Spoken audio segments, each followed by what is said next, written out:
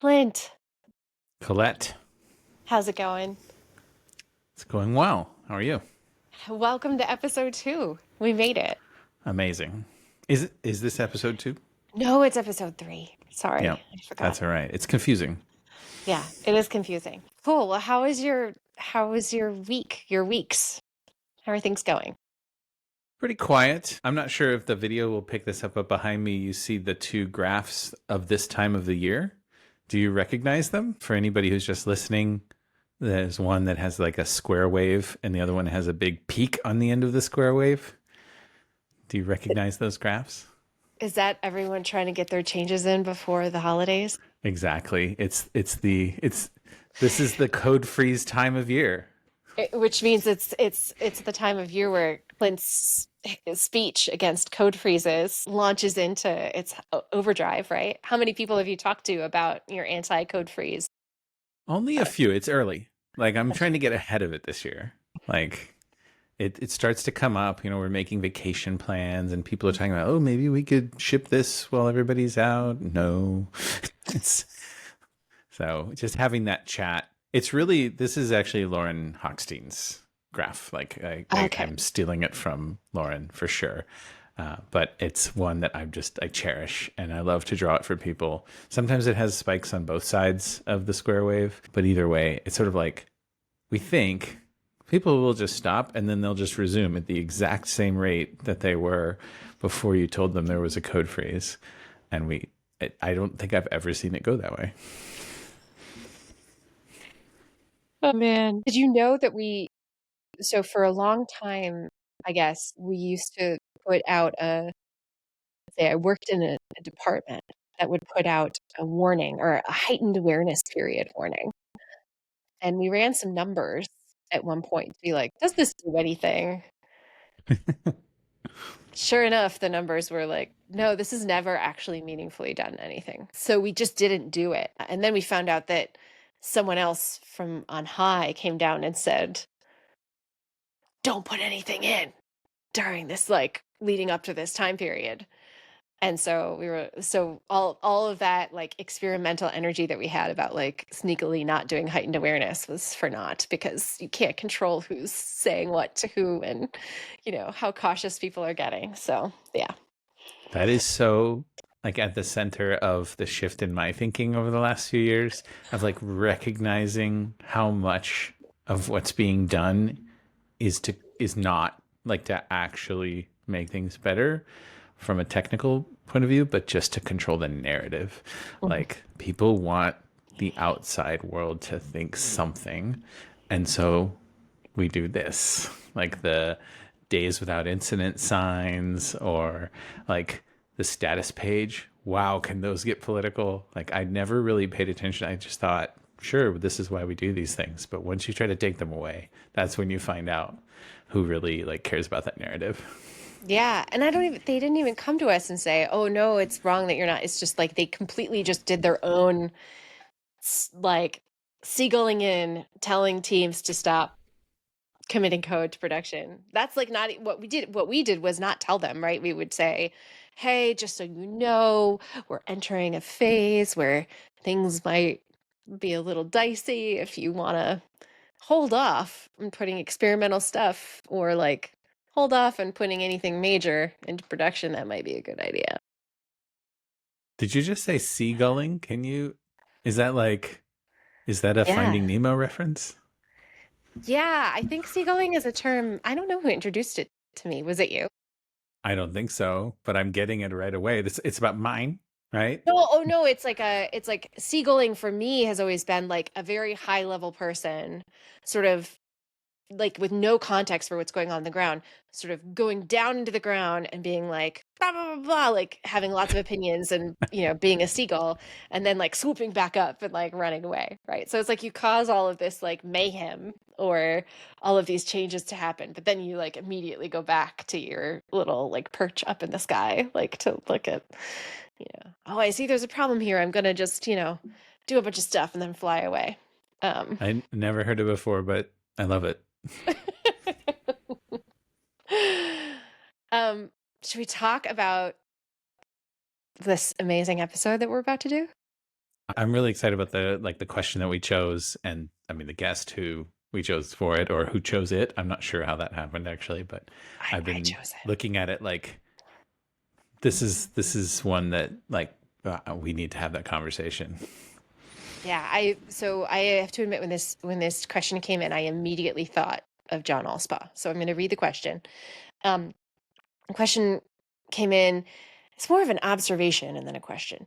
This might sound stupid, but I never thought software needed safety. Safety is in quotation marks. Thanks, person. It was only for the complex industries, more quotations, where people cut their fingers and platforms burned. So, for people whose framework is set to this default, you could talk about why software needs safety. Why does Spotify or Netflix have safety? After all, Netflix wouldn't burn a house down, would it? So, that was the question.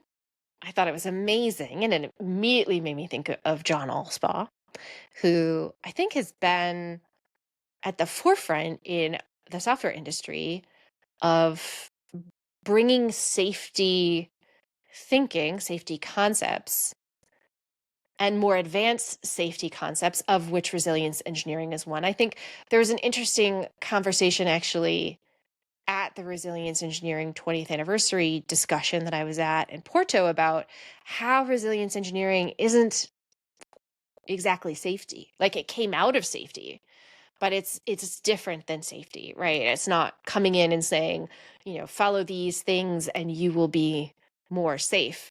It's actually, I think, challenging our notions around ways of working more broadly. But at the end of the day, it's all in service of something that we're calling safety, I guess. And yeah, I thought this was a great question. What do you think safety is, Clint? I've been asked this a few times, and because I bring it up in several contexts that aren't even necessarily this one, I've also been on a sort of mission to bring psychological safety to all the teams that I've worked on since learning about it. Similar to resilience too. Like I think they're very, very related, not the same thing. And this is kind of where they intersect, I think. To me, like I describe it like you can't really perform on a race car without brakes. Brakes are safety equipment, but they're also performance equipment. And we make the mistake of just putting them in one category. And I think it's kind of the same for a lot of the stuff that we're learning to do that isn't intuitive, is like they add safety, they create safety, but they're not necessarily identified. They aren't like wearing hard hats or wearing a high vis. They're like creating space for creativity is a way to create safety, because if you don't have it, people don't feel seen. There's this chain of events that starts with somebody not having a place to put their idea that would make the system more resilient or would maybe keep them from being woken up at 3 a.m. So that's, to me, like safety. It's really hard to define, but it's making space for things to go well proactively, I guess. Yeah. At Lund, they made us define safety in 100 words or less as one of our You just assignments. failed. I mean, it was a tough one. Um, it was a tough one. All right. Our guest today, I'm so excited, is John Allspaw. I'm going to read from his bio really quickly. John has worked in software systems engineering and operations for over 20 years in many different environments: biotech, government, online media, social networking, and e commerce. John's publications include the books The Art of Capacity Planning and Web Operations, as well as the foreword to the DevOps Handbook. His 2009 Velocity Talk with Paul Hammond, 10 plus deploys per day, dev and ops cooperation, helped start the DevOps movement. He also invented bladeless postmortem, so you can find that on Etsy's website. That's me adding some things in there. John served as SVP of Infrastructure and Operations and then CTO at Etsy, and holds a Master's of Science in Human Factors and System Safety from Lund University. John, hello. Len, it's so good to see you. And Clint. Hey, John. Hey. Welcome. Welcome to the podcast. We're so excited you're here with us today. as a recap, I think I told you this, but we asked people to write in questions about resilience engineering for us, and they did. And just as an FYI for those at home, if you have a question you want to send in to us for a future episode, you can write us at thisisfine.softwarepodcast@gmail.com. You can go to our website, thisisfinepod.com, and go to a Google form that's linked there. Or this is new, we've got a Google Voice number. You can call or text or send us a voicemail at 401-592-7574, and we'll listen to your questions. We promise to keep them anonymous as possible. And we're so excited that we've got a great question for John today.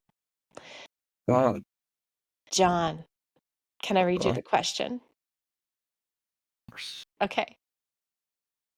This might sound stupid, but I never thought software needed, quote, safety. It was only for the complex, again, complex in quotes, industries, where people cut their fingers and platforms burned. So for people whose framework is set to this default, you could talk about why software needs safety. Why does Spotify or Netflix have, quote, safety? After all, Netflix wouldn't burn a house down, would it? John, I feel like you are one of the people who introduced the idea, the bringing of safety, of resilience engineering to the software world.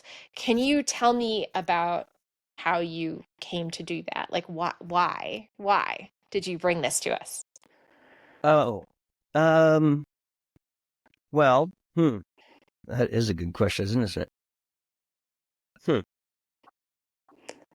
So I certainly didn't set out to introduce the world of software to the world of safety. It happens that along the way, to get some answers to questions that were absolutely existential for me, I discovered a number of these, and now it makes sense that that these connections exist. But so I want to say somewhere.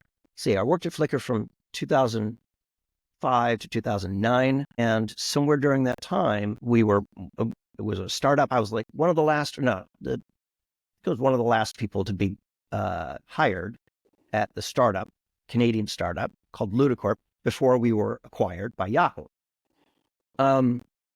And we were acquired, and this is, Yahoo at the time was a very big deal. Yahoo Photos had, been 10 years. You can't really say now that equate the two, Flickr and Yahoo Photos. But at the time it was easy. Like, why are we buying this? Why are we acquiring this company, Flickr? And then what happened was we went from being like Yahoo was put together in properties like Yahoo Sports and Yahoo News and Yahooligans and Yahoo Astrology and Yahoo Chess, all that sort of stuff. And so we went from like 20, I think I remember, it's like 25th most trafficked property to the to the fourth in like less than, I don't know, 18 months, less like a year and a half. And that's like Yahoo Front Page, Yahoo Mail, Yahoo Finance was ahead of us. And like, okay, I was managing a relatively small team because lots of infrastructure stuff, data center, and all that was handled in a different sort of part of the organization. But it was still like an ops team. That's what we called it back in those days. And I couldn't understand, like, well, how is it that we could do this? And I've got, these are great engineers. When we have outages, they show up, they figure stuff out. But the footprint of Flickr became bananas, absolutely bananas, like super complicated as we grew. It wasn't just like, oh, the same functionality. It was like new functionality, geotagging and video, all this sort of stuff as we grew.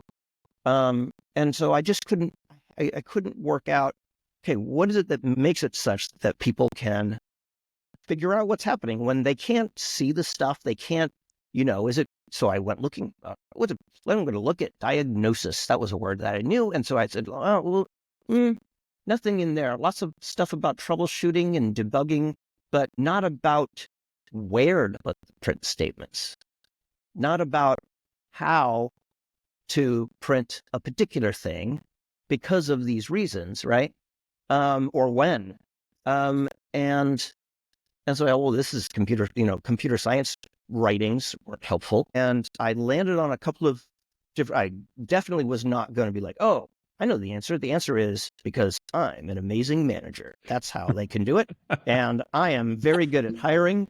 That is absolutely the most horrifying answer. So I wasn't going to accept that at all. And so I was reading. And in or around the same time, a friend of mine, Benjamin Black, sent, it was like, I want to say like November 2009, and sent a tweet and said, required reading. And he sent me to this link to a paper called How Complex Systems Fail. And at the time, I was also putting together with Jesse Robbins this book called Web Operations for O'Reilly. And anyway, that led me to Richard Cook. I'll stop there. Fast forward a little bit. You can't read How Complex Systems Fail without it gathering your, if it doesn't grab your attention, then I think you could be dead. You might not be alive. And so you pull on these threads. I came to understand these types of researchers in human factors. That was a thing but then there's some ancillary or other groups. Anyway, fast forward and closer and really to the answer to your question, many, many years ahead then, I'm CTO at Etsy. I'm the first software person to go to the master's program, do the master's program at Lund University. And Johan Bergstrom, who was my examiner, asked, you've done this. There's somewhat of a perfunctory defense. And one of the questions that JB asked was, so safety typically can be seen and has been seen as a containing of energy and a containment or a holding back of or preventing an uncontained, uncontrolled release of energy, right? This is the barrier model. And he said, how would you think of software? How can you think of software as that? And I didn't know the question was coming, and I'm still pretty pleased with my answer, which was that if you were to consider that the transmission of information of all sorts, and some of them might be movies, some of them might be documentaries, some of them might just be cartoons, some of them might be bossa nova songs written, produced, all put together by Quincy Jones. But this is still information. It is data that can be transmitted, no less powerful than the printing press or the telegraph or the telephone or radio or television. I don't think it's unreasonable to say that all of those mediums had an impact on how people perceive work being done by others, how that work is being done and progressing, and can present both good and evil influences, right? Propaganda, for example, doesn't work if you can't deliver the propaganda to somebody. Collective, all of that sort of, all of the things that make it such that as a modern society, we have, it's an enabler. To the extent that it's an enabler is how safety ties in, if this makes sense. I think so. I'm curious, well, I asked Clint this earlier, so I'm curious what your answer is. And I did tell him, John, that this is a question at Lund that you Mm-hmm. have to answer in 100 words or less, which is, what is safety? What is Mm. safety? Yeah. Oh, what is safe? Oh, you're asking me. Yeah. Yeah. Safe.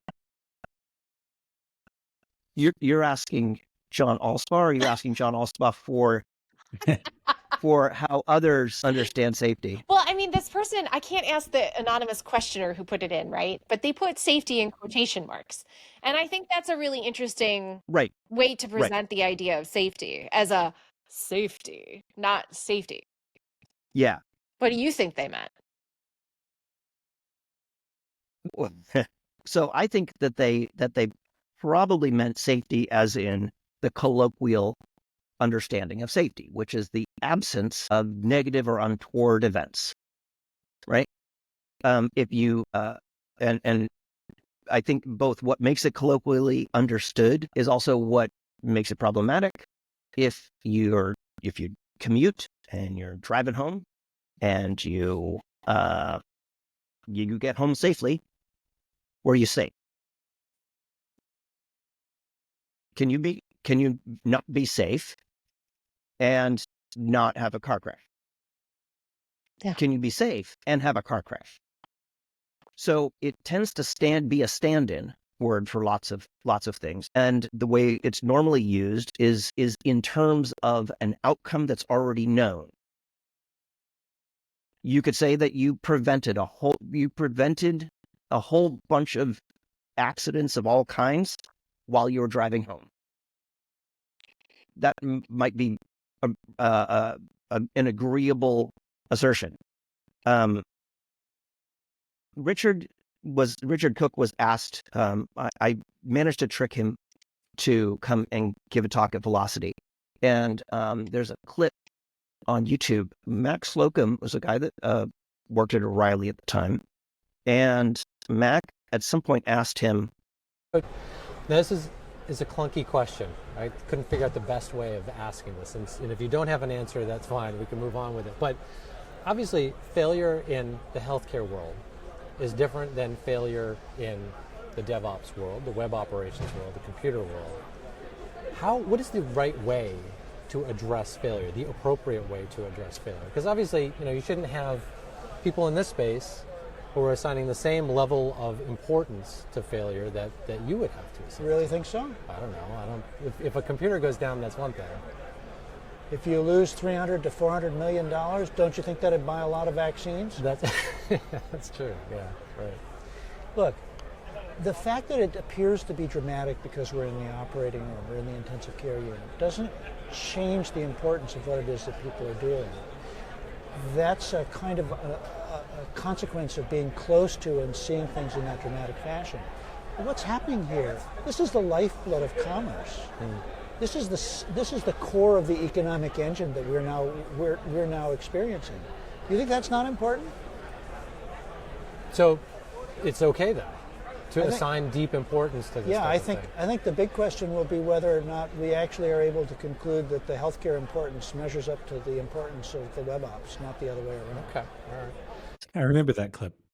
Actually, that was near the beginning of what I would call my sort of opening of my eyes into maybe there's more here. Watching that, I didn't know who Richard Cook was. I had read some of your writings, but somebody sent it to me and be like, "This is wild. Like this is wild. This is a doctor, and they're giving respect to us." And that was like a first. Like we all felt like websites. We're running things on the internet. We're doing cat videos. But it was like an acknowledgement. No, you affect people's lives. Yeah. I think one of the things that I hem and haw over is, at the end, this person asked, why does Spotify or Netflix have safety? After all, Netflix wouldn't burn a house down, would it? And I think I'm a little bit like, I don't know, man. Like, what if Netflix runs hot on an AWS data center and it starts a fire and, and in Virginia and like a neighborhood burns down in Virginia? I don't know. That could happen. And it doesn't, you could think of it doesn't have to be an acute. So first, lots of critical, safety critical, traditional safety critical, people who make insulin pumps, people who make medical devices, weapons, vehicles, do you think they learned to program at where they are programming? No. The industry is still young, but it's old enough that if you wanted to find somebody who used to work at YouTube and now works at Lockheed Martin, you'll find them, or Boeing, or Airbus, or NASA. You're going to find them. Do these places use the same languages? A great number of them do.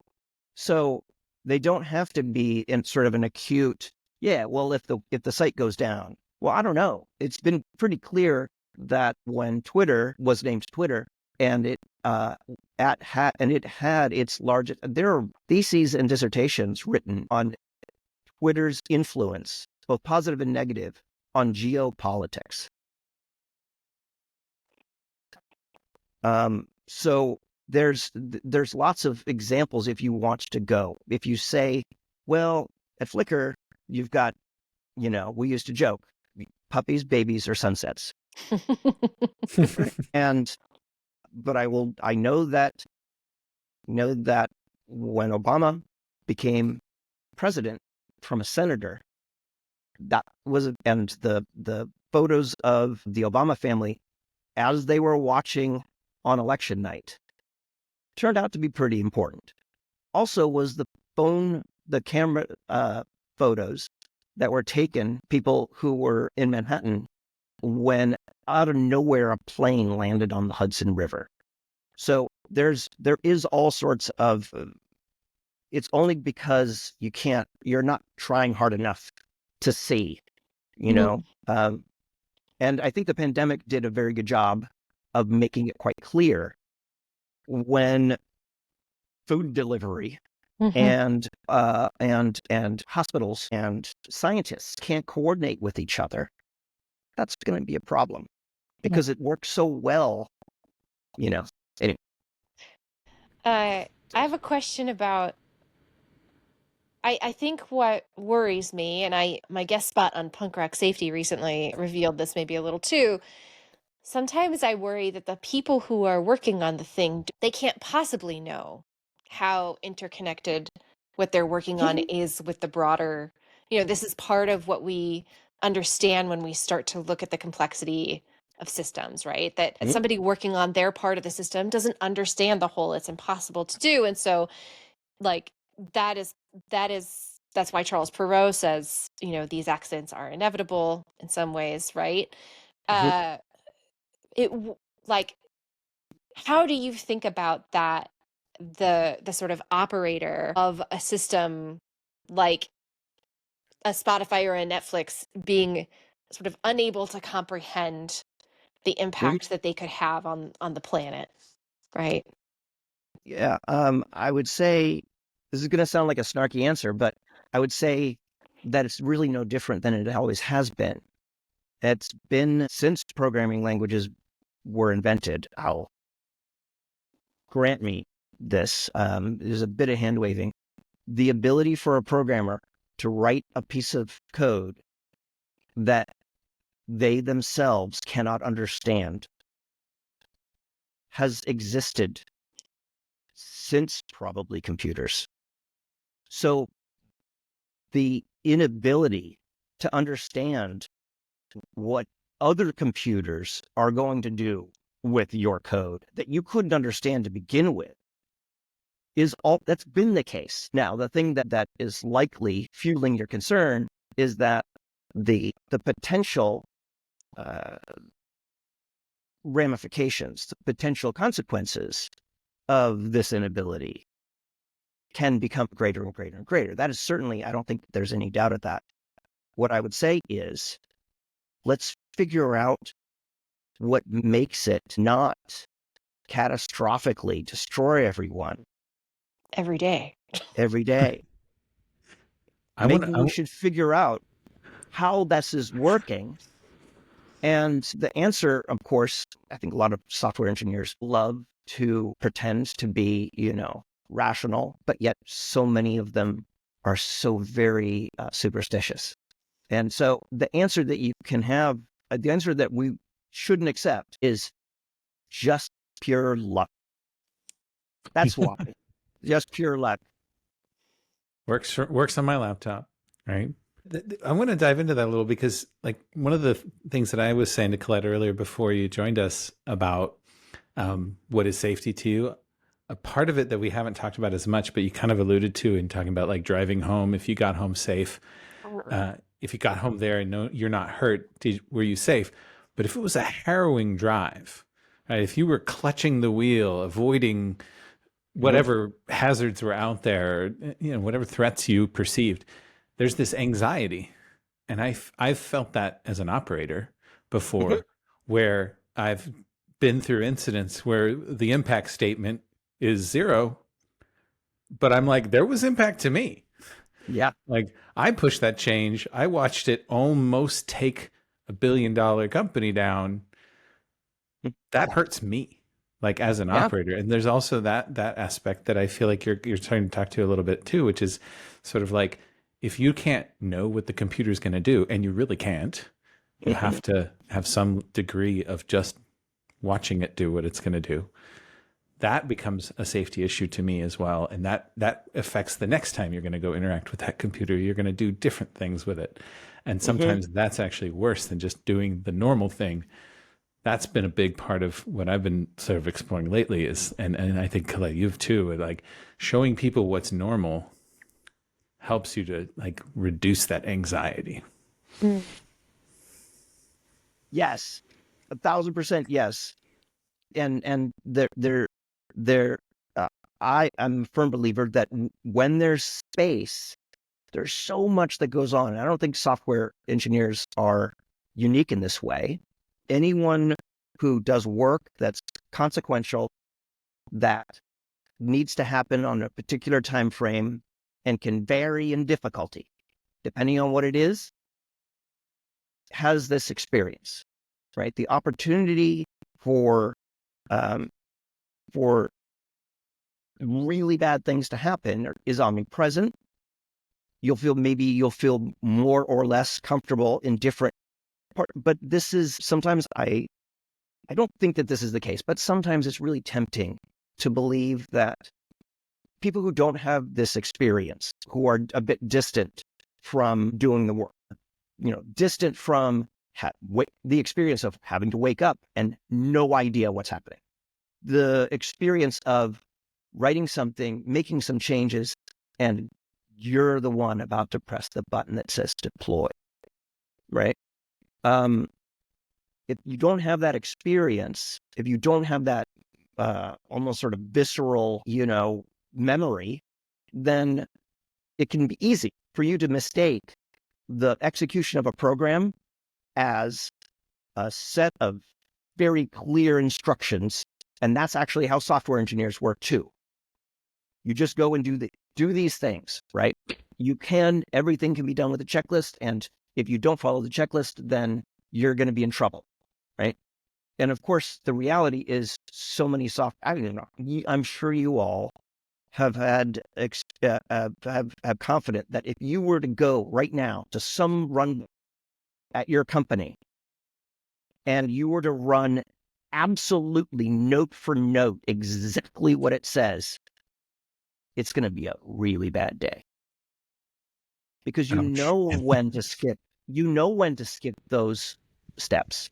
You know when to do something different that's not in that. And so having space for people to describe and even just, I don't know, fetch or commiserate or just, have discussion with their peers who have had that experience only makes it that much richer, because you're going to tell me a story about this part of the code that's really scary. We talk with clients all the time. It's like, of the code base, this is mostly just to get people talking. Can you give me the 3 files or areas of the code base that you touch every day? You feel like, I could do that upside down. I could do it drunk and half asleep. No big deal. And these others where if you're even going to touch any of it, you're going to rope everyone as far as you can get them to get eyeballs on this before you deploy it. Like, it is so scary. It feels like, as one former colleague said, touching plutonium, right? Like, it's so tricky. It's so scary to be in there. Where are your demon cores? Yeah. Every engineer has answers. They don't have to think about it very long. They know exactly. And that's the type of stuff you don't find on the wiki. And those types of experiences, if they have space, they will have space. Question is it at the bar, after work, and at conferences? Or is it sanctioned, supported, encouraged at work as part of work? The latter will always be better. You want your competitors to do the former. Yeah. Speaking of gnarly things that you wouldn't touch, Clint and I were having a debate earlier about code freeze. Not a debate. We were just talking about Clint's strong opinions about code freezes since we're approaching the holiday season. The code freeze season is upon us. I'm curious if you have thoughts on code freezes, John. I think it's unfortunately it's a very reasonable question. I really hoped that by 2024, it wouldn't have the compelling power that it does. Code freeze is like, it's a description of a thing that is just laced with so many assumptions, and it's like almost it's like, I don't know, it's like a stickiest, biggest piece of gum in your toddler's hair that had been there for like 3 days. This is how like inextricable it is. The idea that change, usually they're fueled by the idea that changes is what makes things great. That's not really the case. It's actually turns out to be lots of things. I thought it was human error that made things right. It's the humans. Well, yeah. Well, that's is actually implied, right? it is implied. It is implied. But is it implied that the mistake, that the human error was that the deployment happened, or that the code was written in that way? Doesn't matter, because you get to say code freeze and everybody nods and says, oh yes, code freeze, and we don't have to have any other conversation about the details because we think we all understand it. I gave a talk earlier this year at SRECon. I said, listen, this may or may not be true. It doesn't really matter. What I can say is every incident that's ever been resolved included a change. Change is in 100% of incidents that have been resolved involve making changes. So are they good or are they bad? Also, they can't be all bad, because if the site goes down during a code freeze, do you say, well, what can I say? It's during a code freeze. We're just going to have to leave it down until the code freeze is lifted. No, it means that some changes are different than other changes. And if some changes are different than other changes when there's an outage, but not before an outage, I think you're probably choosing which universe to live in depending on what's happening. And I'm pretty sure that's certainly not how the computers see it. So yeah, we at Etsy, we hedged in that it wasn't, I think it was my boss, Chad, who sort of, we didn't want to have a code freeze during the part of the holidays. Like, some ridiculous order of magnitude amount of revenue came during that time. And so, yeah, losing people's ability to buy things on Etsy during that time is very different than in the middle of February, but after Valentine's Day. But so we called it a slush. And the slush was basically, the guidance was, we're not making changes. consider doing things differently because because of this particular time. And if there's something that if there's something that is scary-ish in normal times, then try to work out, is it necessary to do now? We could do it some other time, or we could do it. Is there a way that you could do it that's different, right? Would you do more code review? Would you write more tests than you otherwise would? There was a lot of latitude on how engineers became confident about a change that they were going to make. Just, and so we didn't say there's a freeze, because then we knew we were a continuous deployment place. And so we know that that's the dumbest thing, because it just means that coders are going to code. And now you've got a branch that's going to, A that you'll long-lived need a scary quantum branch. computer to Yeah. merge. Or it's Yeah. going to be rushed. That's my other one. Is the code Yeah. freeze doesn't just have a spike when it's thawed. Over. It Yeah. also has one on the way to being frozen. Yeah.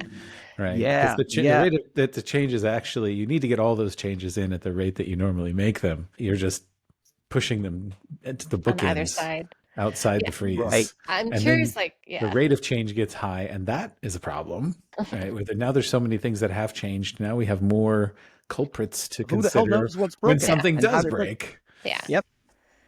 I'm curious if people because I can see somebody saying oh, we're going to wait to upgrade that database until after the code slush is over, right? Because that might feel safer. But I could also see them being oh, we got to hurry up and upgrade this database before code slush.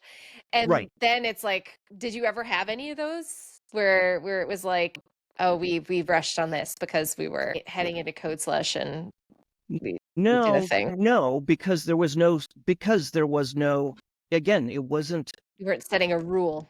Yeah. Yeah, exactly. And, you're the expert in your own code, right? You can feel confident and it still break things. Also, you can feel confident and all of most experienced engineers can also feel confident and it can still break things. The author of the language, Rasmus Leerdorf, we wrote in PHP, could look at it and be yeah, looks good. And it could still break, right? So the thing that I want to know is, for organizations that put in place a code freeze, the code freeze takes place, and lo and behold, during that code freeze, nothing significantly, relative to normal, nothing significantly big breaks. Now, would they say it was worth it? Was it the code freeze that made it that way? Right. Could they have had the same business as usual without, yeah. And in which case, the next time, will they not want to do a code freeze because it was okay? Just because, but look, here's the thing. Yes, there's O-ring degradation, but the shuttle came back Right. 14 times. That's the thing, is it's easy for people who are distant from the real work to have this make sense. Mhm. It's the reason why ITIL is a blight on our industry. It is an Couldn't agree absolute more. It is an absolute virus that I'm somewhat tired of just waiting for people to retire or die. But I feel like that might be the only other, approach. I'm not entirely sure. I am not particularly or optimistic on this front at the moment. I have a war story briefly that's relevant to exactly what you're talking about, where a code freeze happened and nothing happened. What I found interesting to this kind of goes to my point earlier. So an organization was in absolute dire straits. They had just reached some breaking point. There wasn't any one thing anybody could say. It was just things were going down a lot. And the organization was panicking. We have to do some work to make things reliable. And while we do this, everything has to stop. No feature changes, only fixes. That went on for 2 weeks at this organization. Mm-hmm. The month after that, where the balloon was allowed to deflate slowly, and some people waited 2 months to get their changes out to production because they were at the beginning of that 2 weeks and even at the end of the month. Now they were less confident about the change that they had queued up because everything had changed around them so fast. They needed 2 more weeks to redevelop and refactor. That was never declared as an incident, right? But how much did it cost the business? And one thing I have seen a positive outcome from this is that now the conversations around code reviews in that organization are very different. Nobody wants to see this happen again. Yeah. Nobody wants to see this. Oh, wow, we broke development. We didn't break production. Great. But we completely broke dev flow. Like, there's got to be a better way. So, like, it can still break things. It can still be like a totally unsafe thing to do, even if the users were okay. Like, the business wasn't. Yeah. Well, we started with safety in software and we moved into code phrases and now we're here. Thanks for spending time with us, John. It was a It is true absolutely pleasure. my pleasure. Yeah. And we're excited. I hope, dear reader who wrote us about why they thought, they were wondering why software needs safety, feel free to write us back. Tell us, did we answer your question? Are you convinced that Spotify and Netflix need safety? I'm convinced, personally. But, I also went to Lund after John did. And so, I might have some skin in that game. Yeah. Again, if anybody has any other questions, if this brings any other questions up for you, you can write us that question at thisisfine.softwarepodcast@gmail.com. You can fill out our Google form, our anonymous Google form that you can find at thisisfinepod.com, or you can text us or voicemail us at 401-592-7574. That's a Rhode Island area code for those of you not in the know. Thanks again, John. We really appreciate it. And take care. We'll see you soon. Thank you. Pleasure, Thank you John. very much. Pleasure. Thank you.